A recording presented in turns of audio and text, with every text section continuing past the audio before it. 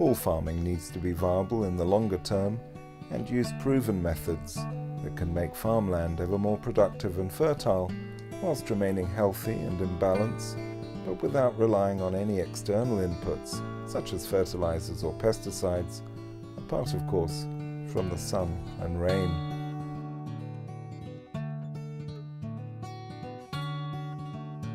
When you see a farm as a complete living organism that maintains its own health and fertility, you understand farming more as an art than an industry.